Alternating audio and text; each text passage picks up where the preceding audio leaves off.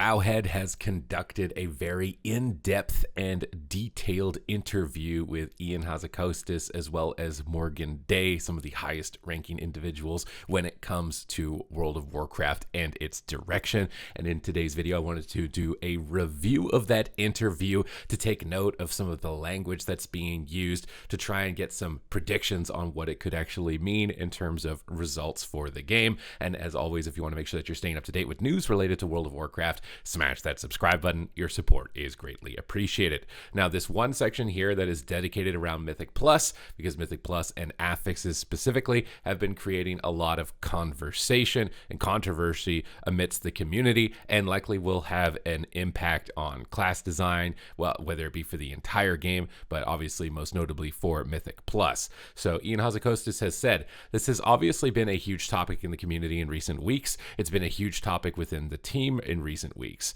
We are far from done when it comes to the current state of beta. We're looking to roll out a couple more pretty significant swings in how we approach affixes and the Mythic Plus system.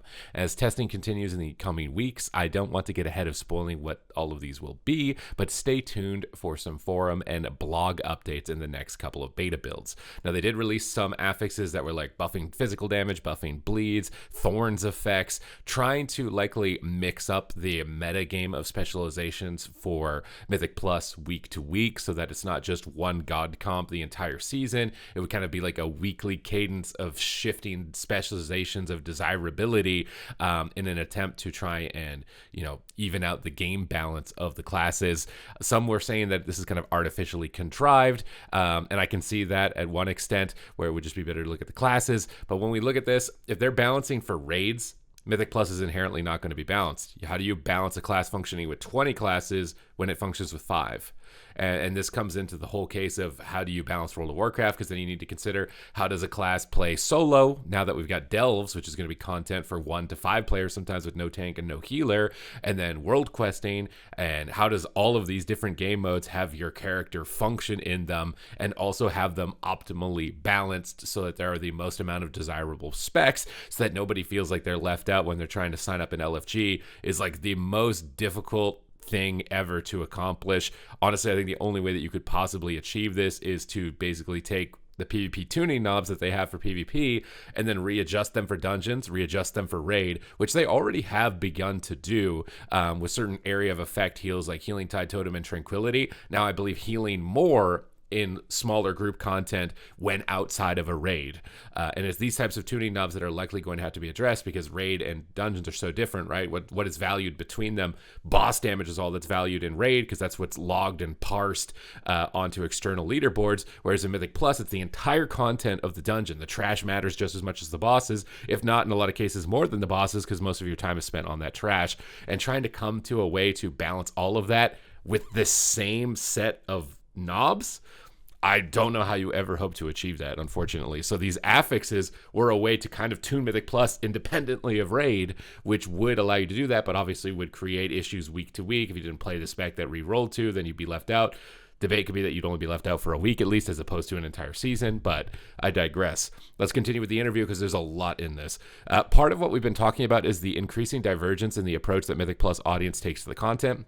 We look at affixes like bolstering and raging for the average Mythic Plus player. This is also something I have noticed, this type of language. Asmongold talks about this frequently about, and we've seen it in classic WoW tweets, the average Joes and what does it mean for the average player in terms of trying to cater them. And I'm trying to discern whether or not this is just like, they're just throwing that out because that seems to be, the public narrative of discussion, or what does that actually mean? Because I really want to know what does that mean, and hopefully this interview will be able to disclose that. To the extent that there is such a thing is the person who is just running Mythic Plus for loot, for filling out their vault row, and just to have fun running dungeons with friends. Okay, so they assume that the average Joe is not intentionally trying to push Mythic Plus keystone level. They're not trying to maybe get titles or mounts. It's just they're doing it for loot. I mean, there's going to be varying levels, right? There's extrinsic reward and intrinsic reward. So is this to say that average Joe players only want extrinsic rewards, and then anybody else is intrinsic? It's tough to say, but I feel like this definition needs to be discerned. What makes the average player? if you're running a Mythic 8 or whatever, we're seeing consistent participation and success rates week over week.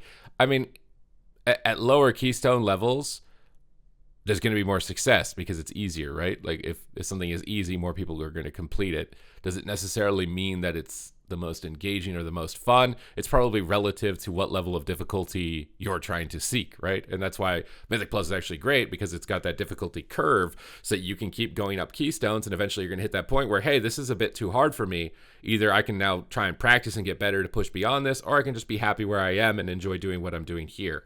And so I honestly think that that's good, that it offers like this varied curve of difficulty moving forward. So I'm a bit surprised to see this being a problem, honestly. Unlike, Mythic Raid, there's only one difficulty. You're either good enough to do it or you're not, and you can't get the best loot. Whereas in Mythic Plus, it's like a lot of the loot comes at the lower key levels, and then everything else is kind of just, you go at your own pace. So I don't really know why this is seen as such a problem for Mythic Plus. Let me know if I'm wrong on that on some front of the comments down below, but I don't really see why that would be a problem for it. For that audience, affixes continue to serve a valuable purpose in varying that experience week over week, slightly changing the puzzle that the groups need to solve. We've heard feedback from the community that asks if there's just here to add difficulty. Why are they needed? We have health and damage increases to add difficulty, and we agree the primary purposes is not to add difficulty, it's to add variety. It's not to add difficulty, it's to add variety. So like 1 week you got to move out of the circle on the ground, and then the following week is like you got to move the mobs out of the circle out of the ground, and then the following week it's supposed to make it so you don't feel like you're just playing the same dungeon week over week over week over week for a season, right? Because that's about how long you're going to have to be running them. So it's an attempt to try and keep it fresh without having to completely, redesign an entirely new dungeon every single time that it comes up.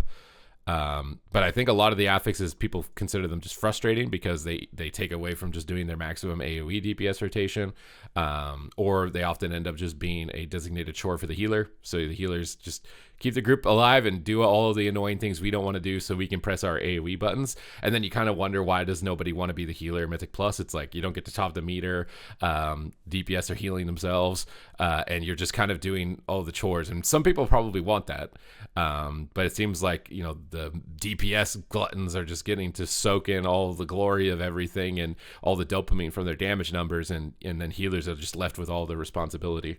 Now, for people who are playing Mythic Plus at the highest end of the system, people who have long since gotten Keystone Hero and all their teleports and are pushing potentially for the season titles or to improve their personal best, the only thing they're playing for in the system is raising that bar, is raising that personal best. And so at the cutting edge of the limits of any system, when you have variation from week to week, there will be some outcomes that are more favorable than others. For groups that are pushing their limits, if they realize that they are able to achieve new best on a push week, like bursting or whatever, and the next week cycles in, and even though they could complete dungeons, they know they could not beat their absolute best time this week. It makes the whole week feel dead, and it feels dead because of that affix. And who is responsible for the affix? Blizzard, the World of Warcraft team. They very rightly give feedback that this is frustrating. This is getting in the way of enjoying the experience. We understand that, and we agree. I don't think the right answer is to remove affixes for all players. However, we are discussing some solutions that may allow players who are focused on the competitive optimization and perfection aspect of the dungeon system to have less randomness and variation in their week over week experience. See, this is good. I feel like, why can't everybody have access? It would be like, if I'm a music store and I want to sell written sheet music to people, if I only sell the most advanced sheet music, I'm only going to be targeting the audience that wants to play advanced sheet music. Okay. But if I only sell the basic sheet music, which is probably the majority of the audience, then I'm missing out on the advanced. So why not just sell all of it? Why not just sell beginning sheet music from my music store and medium and up to advanced? And so that people can choose, like, hey, I'm enjoying just playing what you offer as easy sheet music, and other people who just want to push the limits of their music and their instruments can get the advanced sheet music. You can have a game where all of this exists at the same time. I don't see why you can't have that, or why one needs to suffer because the other exists. You can just have the music store sell all of the sheet music and we can all be happy. But this is a very interesting post here. This is something that we've seen across dungeons and other forms over the past, going back to past expansions. Dungeons like Arkway and Waycrest Manor used to have different routes from week to week, or even from run to run in some cases, to vary the experience. So it feels like for players running the dungeon, you are exploring a dynamic environment. But we understand that if you are in an esports setting, a lot of people are going to get tilted that he said that. or absolutely trying to squeeze every ounce of performance out of your group, variation is actually unwelcome. So there are some of our broad philosophical thoughts right now, and we look forward to sharing the plans we're working on with the community the next week. I can see that there's maybe some debate here. This is kind of like, I'm using music a lot because I'm a musician, but like classical music, everything is kind of predetermined. You read what's off the sheet and you play it as it is, and there is no variation. Jazz music is, there's sheet music, but you can kind of improvise and vary whatever it is that you're performing on. And there are obviously two groups of people that like those independently, and usually they don't overlap a huge amount, and that's kind of what I'm seeing here, because with affixes and the variety is more like jazz. Like, you got to improvise a little bit when you're going into the dungeon every time, whereas a lot of the most competitive players want it to be like classical music, where they're playing the same thing over and over so they can play as most optimally as possible, and that's all that they care about. And it's all just about what you value, really. It's not necessarily that one is right and the other one is wrong. It's just what your personal taste is going to be in this instance. But obviously they're marketing something and trying to sell something to somebody, so you would likely cater a little bit to the taste that's going to be the most dominant or the most popular. But sometimes the most vocal is not always the most popular. And obviously the most people who are going to be the most vocal are going to be these players who are wanting to optimize the dungeon as much as possible. But I still think there's got to be a way to make it so it can satisfy it in both regards with this. But obviously they've addressed affixes. They said that it's going to be an ongoing thing and that they are still looking at it and that they're aware of feedback. And I think that it is this type of communication that is really good for the game. It's really healthy for the game. We're not just getting these situations like in the past, like Shadowlands with Conduit Energy, where it's like, no, we know that this is right, and we're going to put it in the game, even though all of you are telling us that you don't want it. I think that this is, a huge improvement from the past. And I like that they're still stay with their own, what they still believe, but discuss and, reason with the public as to what it is going on with what they're trying to do with this. I think this was really well thought out. Nice post. So they talk more about affixes. I kind of wanted to skip past a little bit more of the affixes and more focus around the classes, because I think the classes are going to impact the game as a whole. They talk about AoE stops, how they're going to be going back to an older version of the game, where if you interrupted a cast, then it would start casting that spell right again, which means that dungeons could easily be more threatening. But right here, classes and combat. This is something that typically kind of just gets like glossed over in interviews or not really discussed. They kind of want to, stay away from these types of topics, generally speaking, from what I've seen from most interviews. So it's really interesting to get these actually in this. So classes and combat. With the removal of increased melee range in War Within, are there any plans to change how bosses can parry melee abilities, especially with the increased number of raid bosses that have mechanics that require melee to DPS from the front?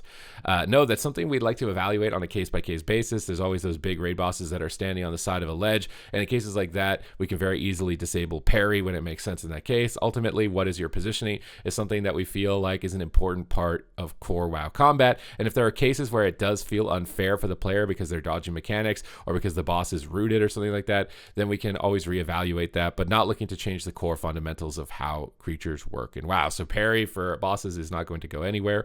Vital, trying to prioritize your positioning on the side of the boss or on the back of the boss, depending on what is more threatening, depending on the boss, obviously allows them to create gameplay and a different experience for that role specifically. Like your experience as a melee should be noticeably different than that of a range. You're getting really up and close personal with an engagement as opposed to ranged.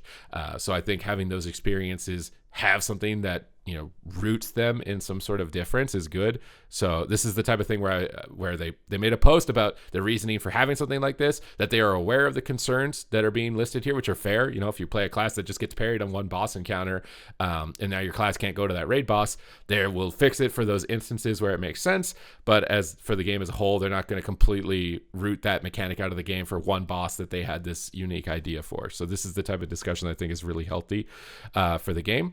Raid buffs incentivizes class diversity and feelings of being more powerful when you are in a group. We've seen more classes get raid buffs in Dragonflight, with Paladin getting a second and Hunter's Mark, leaving just DK and Shaman. Is there a reason that these classes don't bring any specific buff to the raid? I feel like in the past they removed these buffs because forming a group became a headache. It's like you needed to have one of each of these specs, or else your group didn't do optimal damage and you felt like your group wouldn't be able to clear the dungeon or the raid. So they decided to take them away. So it's like, yeah, you can just invite whatever you want, fill in the DPS role, and it's tuned within a few percent points of dealing DPS, and you can just make your way through. But what ended up happening is people just optimized for whatever did the highest damage. If it wasn't bringing a unique buff to bring the overall group damage up, it was just stack the class that brought the most damage. I remember some raid bosses being like all Shadow Priests, for example. So I don't know if it's achieved that, and if anything, it's left like all the specializations of the game that lost those buffs not feeling like they have their own unique presence in the group for what they're providing. So it's a really tough exchange, and that's why I don't think it's like clearly cut and dry as to which direction is overall going to be better for the game. You can just talk about the pros and cons of each and try and outweigh them. But Ian Hazzikostas has said, ultimately our goal is broad spec representation and class representation across different roles. I think we're hesitant to add still more raid buffs that might risk feeling redundant and yet another thing to manage, or that might too heavily force less choice and composition forming. Ideally, though, if you're a pug leader, if you're putting a raid or mythic raid group, you should want one of every class. And then once you have that covered, you should look at who's available and how you want. See, this is like an ideal world. You just look at who's available and how you want to fill it out. No, it's you look at whatever does the highest damage and invite that instead. Unfortunately, like that's just the mentality of the game at the moment, especially for min-maxing. And I think that this is even prolific even at like the average Joe level, where they look at a leaderboard or details listings and say, well, that class has the highest damage, so we've got 5 spots remaining. We should get 5 of that spec to fill the rest of this, and everybody else just isn't considered, which is why I think for a lot of people that they consider game balance to be the core of player retention, because if your spec isn't desirable and you can't get into groups because it's not balanced to a point where you're seen as desirable at all, then you're just going to stop playing the game. You're just going to log in and spend all your time looking for groups and never be able to play the game, which is why it's such an important thing. We need to look at diversity and want to make sure that classes like Shaman and Death Knight are bringing tools to the raid that make them valued members of a raid group or valued in dungeon groups. That's not to completely close the door on new raid buffs ever coming to them, but our hope continues to be the use of other knobs that the team has at its disposal to get them in a place where they feel equally valuable without just needing a raid buff. So generally speaking, that's been fights where Death Knights need to death grip something. Like they're the class that can reposition something with the most control. They could honestly take Static Field Totem PvP talent, which I don't know why they nerfed, to 1.5 minutes, and give that to Shaman as a baseline class totem, and then they could also be a death gripping class. So you could have a Shaman and a Death Knight be the death grippers, utilizing Static Field and Death Grip to move enemies around depending on what the boss encounter is. But generally speaking, not every boss is going to need that, which is the difference between a raid buff versus like this cool unique mechanic, right? Maybe one boss like Anduin in Shadowlands, you need a Death Knight to death grip, but then every other boss you don't really need it. So it's like, we're gonna kick somebody out to get the Death Knight in for this one group, or we're just gonna put up with them doing less DPS or providing less for the group for the rest of it just because we need them for that one boss, and then that becomes then the trade-off and discussion for it. But not too much was answered here, other than that they're kind of just going to leave this as it is, but maybe they're keeping an eye on it. Class balance is an important aspect of the game to many players. What do you look for when deciding how to balance classes and when? We touched on this briefly when we were discussing raids and raid adjustments coming. We actually try to create a party consistent cadence for when our combat team looks at class balance and sending hotfixes as the season progresses, and we'll continue that philosophy going into the War Within.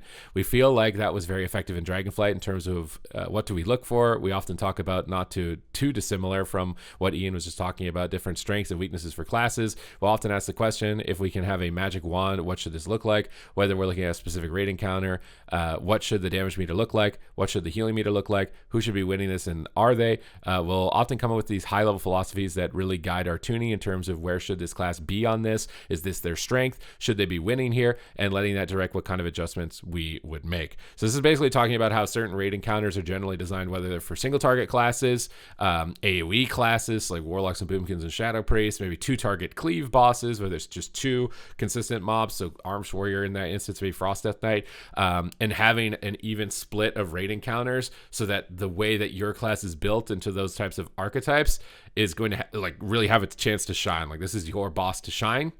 The negative trade-off of having one boss where you get to shine is that there's then 7 other or whatever bosses where you don't shine, where you don't get to be the top, and the only reason you don't is because your class is inherently made to be weaker in those. So how do you keep clear identifying identities with specs without having that negative element of like, I only get to shine on this one boss? You could design every boss to have an equal percentage of those mechanics. So let's say a boss for 25% of the time is 2-target cleave, and then for the other 25% of its health, it's AoE, and then for the other 25% of its health, it's single target. So then all of those roles get to shine at some point on every boss, and it comes down to how well did you perform during that window of the boss compared to other people that are playing in that role, right? This would be one way, but then every boss would be all then the same. Or maybe you could mix it up with the order that they happen in or something like that. And obviously this wouldn't be super consistent, but this is the best idea that I can come up with sitting here on the spot, would be to have each raid boss independently have a certain equal amount of percent of its health dedicated to each type of damage dealer, so that they each get their moment on every boss. They're all desirable. You need to have an even split of the raid, because each phase of the boss is going to be important to be able to get through as equally as possible. Could be one way to address this.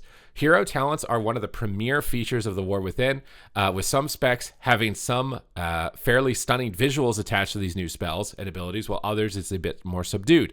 Will we see additional visuals coming to those specs with fewer new animations? Could we see more hero spec integration in visuals and cosmetics in the War Within, something like tier sets and or hero spec weapon transmogs? That is, the main thing with hero talent trees is people want visuals. They want spell effects. I did some of the dungeons yesterday on my stream, and the dungeons are absolutely stunning. They're beautiful. I would love if they took even 10% of the art asset, whatever budget that's being put on dungeons, to put them into the class spells for the next expansion, because people just want to look cool. They just want to have a sick fantasy. They want to log on and feel like they're playing what the thing says they're playing. They don't care about 10% mortal strike damage. They don't care about some tooltip thing. They don't care. The majority of people, the average Joes, and even the top level people, like, they just want to look really cool. They just want to look really cool. So let's see what they have to say about this. That's a super interesting idea. I'll talk about the first part. Hero talents are an evergreen addition to World of Warcraft, the same way that we might revisit some existing class spells to bring them up to modern standards. We totally plan to revisit hero talents and add some additional polish in future War Within patches. So that's definitely something that's on the table. Okay, so this basically means that I don't think all of the hero talent trees are going to come out 100% complete, the same way that the talent trees didn't in Dragonflight, right? But I will say that I think they did a really good job towards the beginning of Dragonflight of bringing those specs up. I remember Boomkin being disappointed about Boomkin initially in Dragonflight, and then halfway through like 10.1 or 10.1.5 or something, like, it started getting really good. And I think maybe that's just what we're gonna have to deal with. I could list like maybe 5 hero talent trees right now that I could predict as like they're kind of gonna be meh, but likely they're gonna get tuned up. So this is good. So if something looks not so great right now, it's probably going to get a pick me up later. We actually want to be really careful. One of our anti-goals, as it were, early on was to not create a multiplicative number of specs. We don't want to end up with 108 specs in the game, so we want to be careful not to do too much there that will make it feel like I'm a Herald of the Light Paladin, which is the distinct difference between the Covenant system and the hero talents. The Covenants was, you're a Kyrian Ret Paladin. They wanted that clearly. You are a Kyrian Ret Paladin. They don't want that to be the case. It's just, you're a Ret Paladin with some Herald of the Light Paladin sprinkles on top. Okay, it's something we want to be really careful to avoid. So while adding awesome new visuals is something that is in the cards, how we leverage that new fantasy is something that is really deliberate and careful as we move forward. The thing is like Herald of the Light is just so Paladin specific. It's like Diabolist. It's like that demons. I like, just give me demon skill. Like, so that's Warlock. Like, I don't see how this would, how the visuals. I mean, I guess. What are they trying to say here? They're worried about the player who wants to play Hunter but doesn't want to be a Dark Ranger. It's like, then don't play the Dark Ranger. But then what if you have to play it? And then I don't know. I don't. This seems a little bit hoop jumping a little bit here. I think cooler visuals 100%. Everybody, no one would be mad if they looked cooler. No one would be mad. Now this is really the meat and potatoes, like the juice of the interview. We saw some late expansion changes to healers in Dragonflight, and healing has been mentioned as being a problem. What is the design goal of healers in the War Within to further address these issues and or to make healing a more fun role? And wow, everybody needs healers. Healing continues to be a major topic among the combat team and the encounter team. Those are the two sides of the coin here. We've taken the opportunity to do something that we weren't able to do mid-expansion during Dragonflight and rebalance the overall size of health pools that players have relative to incoming damage. Now, what I've noticed that has happened, at least in PvP with this, and all of this discussion seems to be tailored 100% to Mythic Plus and Dungeons, but is that health pools have gone up, but our damage hasn't in PvP. So the game is really slow in PvP right now because we just have like 4 times as much health and we're doing the same damage as Dragonflight, which is it's causing a really big problem. I feel like the game is slow, the slowest it has ever been. And we have solo shuffle dampening pace, which is like you get like 50% dampening really fast, and it's still very slow. Most of the people that I've been playing with, and it's a huge variety of people, you know, the first time they ever logged on a character, and they just fallen asleep. It's very slow. So this might be helping in Mythic Plus and Raid, but it's going to need PvP tuning adjustments to offset it because it is extremely slow. Their healing tools, their personal percentage-based heals, and so forth in a way that is effectively nerfing healing. It's always one of the paradoxes of this debate that nerfing healing sounds like a bad thing. It sounds like a thing that should make healers unhappy. Yeah, but then you don't have a job. It's like everybody has a job. If I didn't need to take the damage to keep my teammates alive, then I wouldn't be a tank. If I didn't need to heal people to keep them alive, then I wouldn't be a healer. I wouldn't have a role. I wouldn't have an identity. There has to be something that is giving you a reason to be there. Like, yeah, okay, oh no, I have to heal more. It's like, oh no, you have to play the game. Why is that bad? Why are you upset? Oh no, I have to do the thing that my role is supposed to do. Oh no. Like, why is it a problem?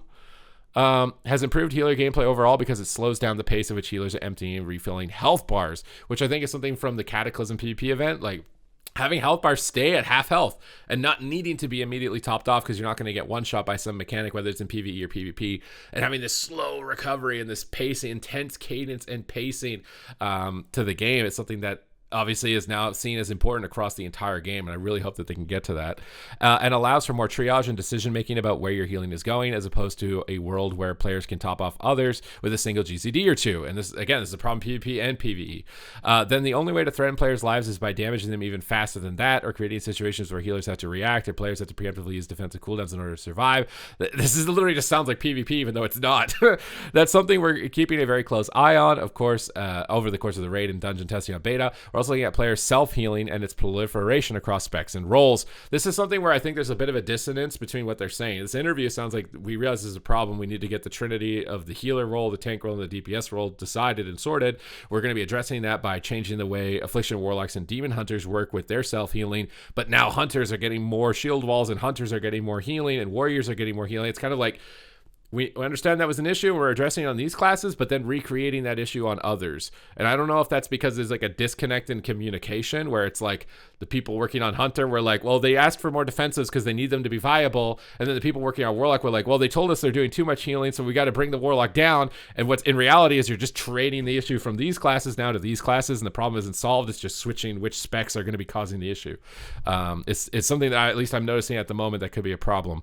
I think the team is in the process of looking at the leech stat, making adjustments to the throughput it delivers, because that's often just the passive selfie that people are bringing to an encounter that makes the encounter designers have to add unavoidable pulsing damage to offset it, which is the same issue in PvP. You know, the idea of whittling down your opponent and slowly working away at them doesn't work when the Demon Hunter attacking just heals to full. I honestly think leech is just bad. I would just delete leech from the game. I much prefer mechanics like Victory Rush, where you kill a target and then you can heal off the next mob to try and stagger the solo questing experience where you don't want to sit down and eat, because in a lot of these encounters that wouldn't be that big of a deal, right? In PvP, once the target has died, generally speaking, it's over, and it's this one-time heal, gives you a big effect, and it's kind of this moment you're working towards, as opposed to just I'm doing my damage rotation while also simultaneously being at full health the entire time. It's just not fun mechanically for anyone, and it trivializes the healer role. I honestly think, unless it's like a tank specific thing, to try and alleviate how much responsibility healers have to tanks, that it just shouldn't even be in the game. It's also fascinating for the team to look at Classic, so they even talk about Classic. Continues to play out in different forms, in different expansions, and to see a direct contrast, a point of comparison, the pace of healing, and how healing played out in different eras of the game. At times, it can be easy with a series of incremental changes to arrive at a place that's meaningfully different than where you started, and not necessarily one that you intended to arrive at. But being able to look back in time and how different systems of sets of tuning values, basically just talking about how Classic and the advantages of the tuning there could then be applied. You know, learning the lessons from the past and then applying them towards the future to try and min-max everything together, which is the ideal creation of the game, right? So always be looking at what did we do in the past, what can we take away from that was good and bad, and what can we move forward with it. Unfortunately, sometimes you end up taking something that was bad, like conduit energy, and trying to force people to play only one spec. And then other times you've got tuning adjustments like this, which could completely revitalize healers in the game and their role. Now, many content creators have been talking about a defensive creep in the game, which is, it's so insane to me how we're getting parallels of this. PvPers were complaining about this type of stuff like 10 years before. It's probably because Dungeons didn't have a competitive mode yet, but now that they have their competitive mode, it's actually the same issues even for them. Defensive creep, and many hero talents are adding more defense. And I've seen this too, like for Demon Hunters, when they Fell Blade, they get 10% damage reduction. Why do they need this? The delta between players who do use defensives effectively and players who don't seems to have gotten very large. And this is an issue in PvP. If you don't understand when to press your wall, this is the entire mechanic of PvP, and if you don't do it, you lose. And the value of everything else doesn't feel even close to being able to offset that, which I don't think is how it should be. It's like that should be an exchange, you know. This attack block mechanic is important and integral to the game, but it shouldn't be the single soul defining thing that decides whether you beat the boss or beat a player in PvP. It should be one of many, you know, things that you're managing throughout the encounter. The delta between players who use defensive effectively and players who don't have gotten very large, leading to a very large delta in damage taken and survivability, sometimes even removing the need for healers altogether. Do you feel like defensive creep is real, and are there any plans to do anything about it before the launch of the expansion? And even in, like, I've seen this in duels. Like, I've seen duels between hunters and warriors. These are non-hybrid classes. These are like pure DPS classes, and their duel looks like it can go on forever. It will just never end. And I'm thinking, like, if this duel can never end without needing a healer, then what's the point of the healer in PvP? What's the point of the healer in the dungeon? They can just keep healing forever. It's limitless. And that's where it's like this type of healing needs to have a limit on how much the DPS can do. It's like maybe every once in a while, occasionally add an assist, but you shouldn't get to the point where it's completely replacing a healer. As a coaster, this is definitely real in some forms. I think objectively, Dragonflight and the talent system added the ability to opt into more hybrid utility, more defensives, and self-healing tools for DPS specs that may be part of the hybrid classes in particular. He's talking specifically about Nature's Vigil, Ancestral Guidance, and Vampiric Embrace, which was a big deal in PvE, and to a minor extent PvP as well. But I think this is completely missing things like Victory Rush healing that you can use in combat, Leech healing from Demon Hunters. This isn't the only thing. I don't think that's the only thing. While it was the most represented at the highest level, it wasn't the only thing trivializing healers. On one hand, I think there's some cool fantasy there and underscoring the utility options that are available to a class, and the fact that the solution to every problem shouldn't always be damage, even if you're a damage dealer. There's a lot of value in world content, and smaller group content certainly delves in the world within to having those tools and really being able to manage your own survival better. At the same time, I think we're also keenly aware of the pressure that places on encounter design and on healing at the very high end, where we need to assume players are making use of all the tools available to them. And there's a point where if having a defensive means that all the encounter designers have to hit you harder to assume you're using a defensive, having a defensive isn't necessarily making your life easier or better as a player. I don't know if necessarily the dungeon should care about making your life easier. It's like, should be challenging, you know? Like, is the dungeon supposed to just roll over and here's some pancakes for breakfast, player, here's your loot? Like, the language there is a little weird to me. In some ways, it becomes a little bit of a tax. So I think we're not in a position where we're going to go through and rip out a whole bunch of abilities for the War Within in coming weeks. But I think we are looking at what an ongoing disarmament there might look like. I think it's important that all players have some outs to the situations. Okay, so an ongoing disarmament. So this is, again, where I think there's some dissonance, because some classes are getting even more while they're taking away from others. And then they're just going to have to take those away from the ones that they just gave.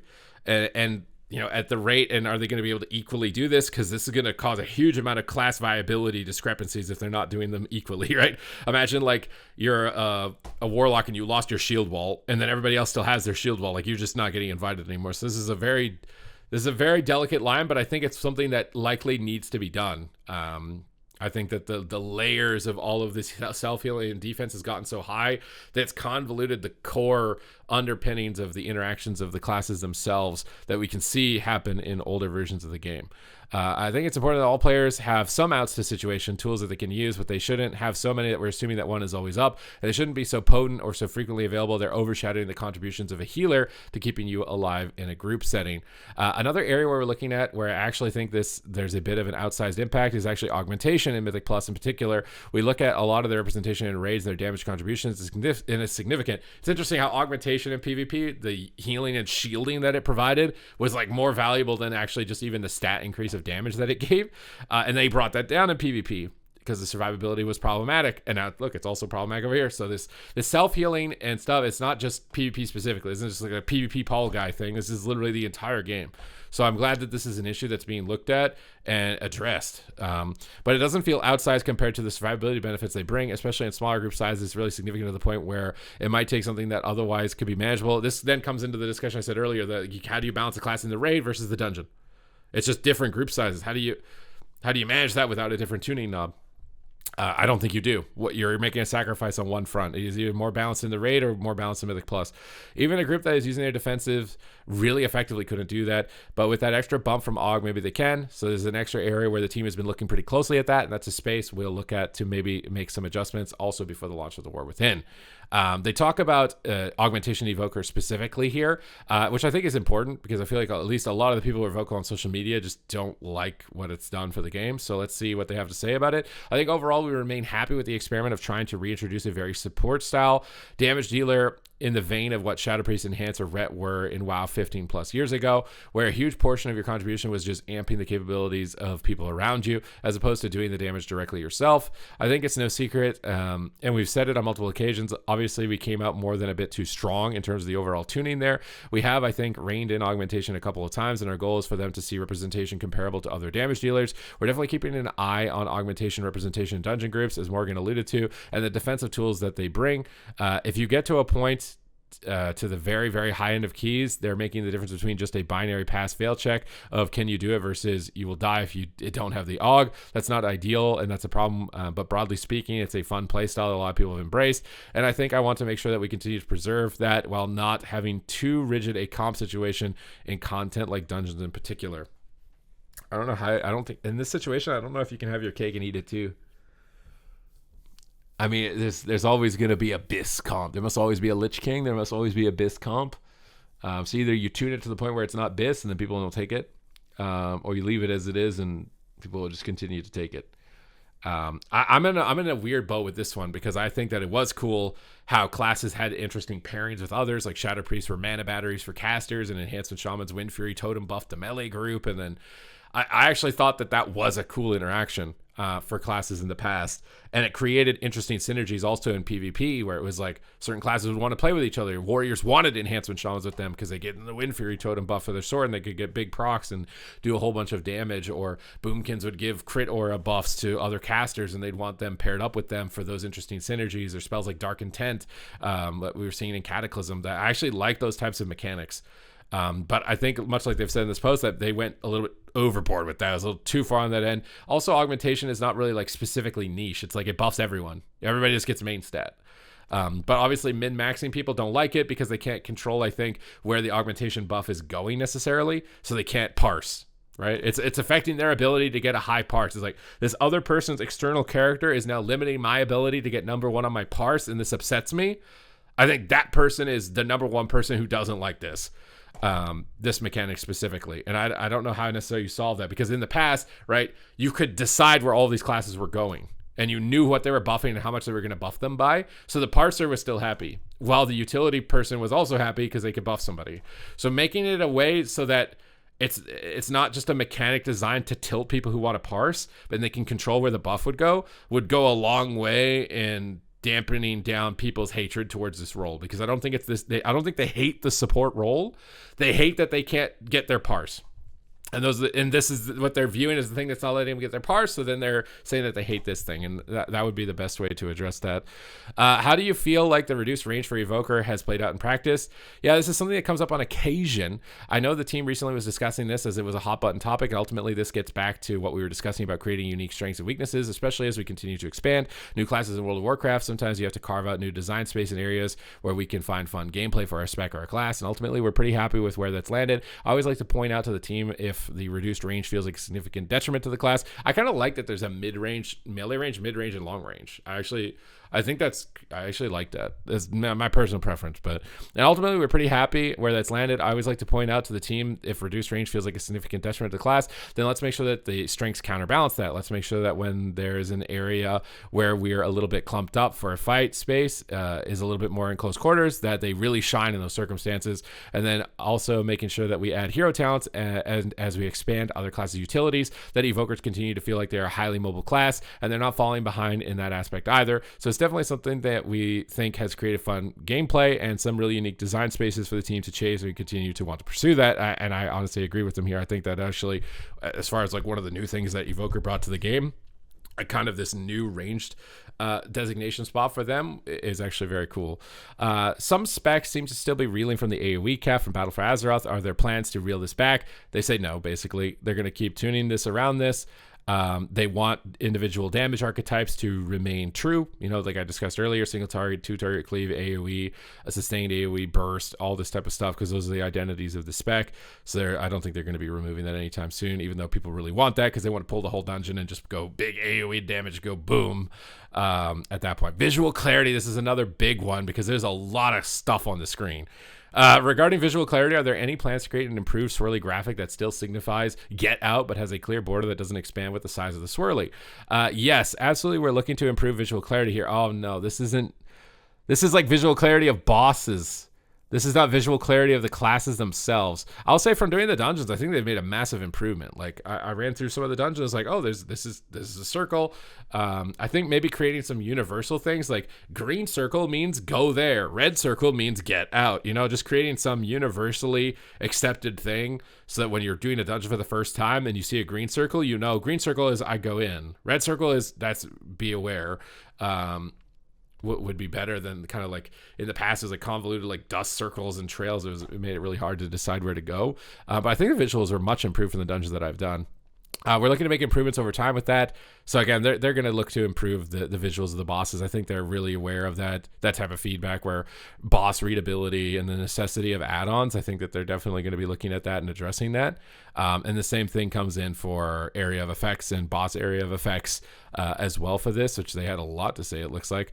And those specifically. But I really think that this was a really good interview. It was really detailed, tons of information to look at. It hopefully means that they're going to be able to, again, kind of maybe break up the dissonance that I've noticed, at least, where some specs they're dialing back on the self-healing of the defense, but then other specs they're doubling down on it. That all needs to be communicated together. And this mass disarmament that they're talking about, mass disarmament of the class's defenses, could either completely break the game or save the game. And it's probably the most important thing they're going to do at the game in most recent time, at least when it comes to class design. And I really want to see what happens with that. But other than that, thank you very much for watching the video. I hope that you enjoyed it, and I will see you in the next one.